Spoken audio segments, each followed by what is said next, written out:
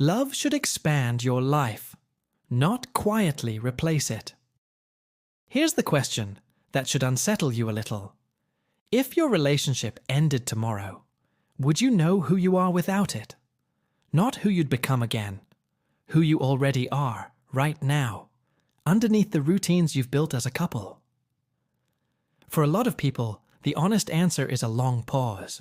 This isn't a story about toxic relationships or obvious red flags. Most people can spot control when it's loud. What they miss is the quiet version, the one where nothing dramatic ever happens. No one raises their voice, no one demands you change. And yet, year by year, the person you were slowly dissolves into the relationship you're in. Psychologists have a name for this. It's called self-concept loss. And research on long-term couples shows it happens far more often than people expect, and almost never on purpose. Today, we're going to walk through 5 signs that this is happening to you. Signs so subtle that most people only recognize them in hindsight, usually during a breakup, when they suddenly rediscover interests, friendships, and opinions they didn't even notice going missing. Then we'll get into why this happens at the level of the brain and the habits of daily life. And finally, the specific practices that let you stay fully yourself while still building real closeness with another person. Because the goal was never independence instead of intimacy. It's both, at once. Let's start with the mechanism, because understanding why this happens is what makes the signs make sense. Psychologists describe the self as something built out of distinct domains. Your career identity, your friendships, your hobbies, your beliefs, your sense of humor, your taste in music, your opinions about politics or food, or how to spend a Saturday. Early in a relationship, something wonderful happens. This is called self-expansion, a concept from psychologist Arthur Aaron's research on close relationships. You take on some of your partner's interests. Their friends become your friends. Their way of seeing the world adds new rooms to your own. This feels incredible. It's part of why new love feels so alive. Your sense of self is genuinely growing. But there's a tipping point. Self-expansion is healthy when it adds to your existing identity. It becomes something else when it starts replacing it. When their preferences don't sit alongside yours, but quietly overwrite them. Researchers call this self-concept dilution. And the tricky part is that it doesn't feel like loss while it's happening. It feels like closeness. It feels like compromise. It feels like love. The brain doesn't flag it as a problem because nothing about it feels threatening in the moment. There's no argument to point to. No single decision you can look back on and say, that's where it started. Instead, it happens through thousands of small accommodations, each one reasonable on its own. You skip the workout class because your partner wants company at home. You stop mentioning the political opinion that caused friction once. You let a friendship fade because it was never quite theirs too. Individually, these are nothing. Compounded over years, they add up to a person who has optimized themselves entirely around someone else's comfort. So what does this actually look like in daily life? Let's go through the 5 signs. The first sign is what psychologists call preference fading. You genuinely start to lose track of what you like, not in a dramatic way. You're at a restaurant and your partner orders, and you realize you can't remember the last time you chose for yourself without checking their reaction first. Someone asks what music you're into, and you find yourself describing their playlist. This matters because your preferences are one of the most basic building blocks of identity. When they go quiet, it's rarely because you actually changed your mind. It's because expressing a different opinion started to feel like more effort than it was worth. The second sign is the shrinking of your social world. This one is well documented. Sociologists studying romantic relationships have found that as couples move in together and merge routines, individual friendships are often the first thing to erode, especially for the partner who does more of the emotional accommodating in the relationship. Your friend group used to be its own thing. Now every hangout somehow includes your partner, or gets rescheduled around their availability, or just quietly stops happening. You tell yourself you're just busy.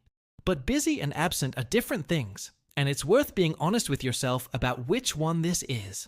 The third sign is decision paralysis about things that used to be easy. What to wear, what to watch, what to do with a free Saturday. These used to be simple. Now every choice seems to run through an invisible filter of, would they be okay with this? This is a sign that your internal compass, the part of you that used to just know what you wanted, has been quietly outsourced.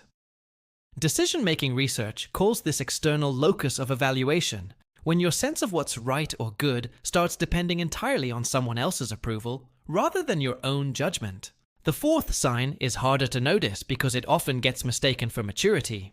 You've stopped disagreeing. Not because you agree with everything, because at some point, disagreement started to feel like a risk, rather than a normal part of being two separate people. Healthy relationships have friction in them. Conflict, when it's handled respectfully, is actually a sign that both people still exist as individuals. Its absence isn't always peace. Sometimes it's one person quietly going silent to keep things smooth. And the fifth sign is the one that ties the others together. A loss of what psychologists call self-concept clarity, meaning you genuinely feel less sure of who you are outside the relationship. Ask yourself, without thinking about your partner at all, what do I actually want out of this year? What do I care about? What makes me feel like myself? If those questions feel harder to answer than they used to, that's not a coincidence. That's the erosion we've been describing, made visible. Now here's the important part. Noticing these signs isn't a verdict on your relationship. It's information. And the good news is that the fix isn't leaving or creating distance for its own sake. It's rebuilding the parts of your identity that got quietly deprioritized while staying just as close to your partner. Let's go through the practices that actually do this. The first is what we can call the non-negotiable hour. This comes out of research on identity maintenance in long-term relationships, which consistently finds that people who preserve even one small protected block of solo time, a workout, a class, a solitary walk, an hour with a hobby, retain a significantly stronger sense of self than those who don't, even when everything else about their week revolves around their partner. The key word is non-negotiable. Not whenever things settle down. Not if there's time left over. A fixed hour, treated with the same seriousness as a work meeting. That belongs to you and only you. It doesn't need to be justified to anyone. Its entire value comes from the fact that it exists independent of the relationship. The second practice is maintaining what relationship researchers call outside intimacy. Meaningful connection with people who are not your partner. This isn't about socializing for its own sake. It's specifically about preserving relationships where you get to be a slightly different version of yourself than the one your partner sees. The friend who's more sarcastic, more adventurous, more opinionated, whatever that looks like for you. Those different facets of yourself don't disappear when you're not using them, but they do go dormant.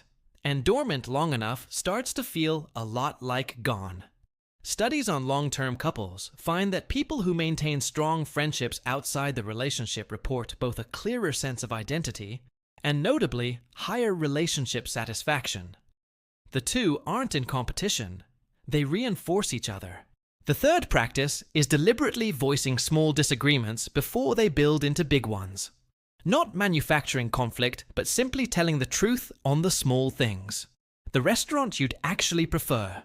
The opinion you'd normally swallow. The plan you'd genuinely rather not do.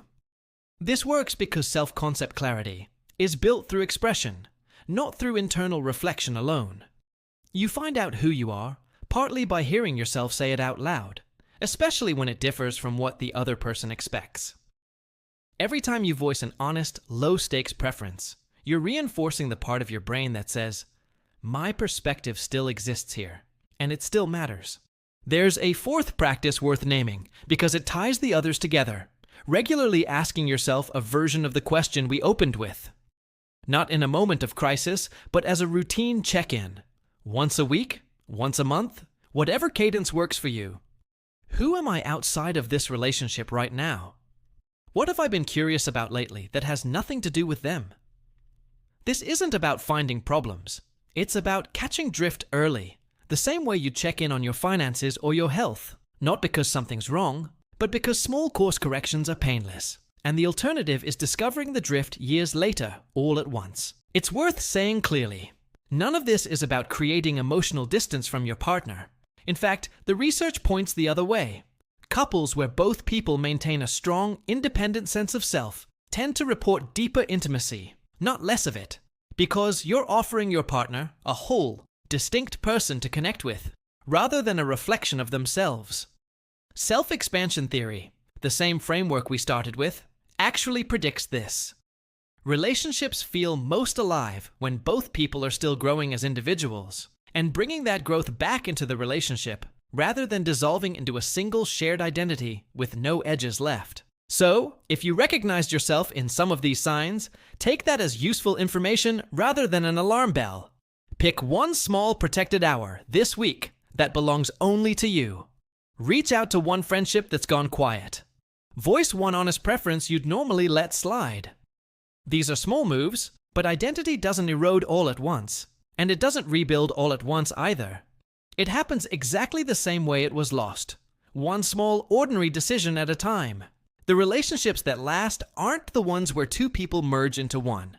They're the ones where two whole people choose each other, again and again, while still fully being themselves. If this gave you a clearer way to think about your own relationship, subscribe for more videos exploring the psychology of love, identity, and connection. New episodes every week, breaking down the research behind the patterns we all live but rarely stop to examine. Thanks for watching, and I'll see you in the next one.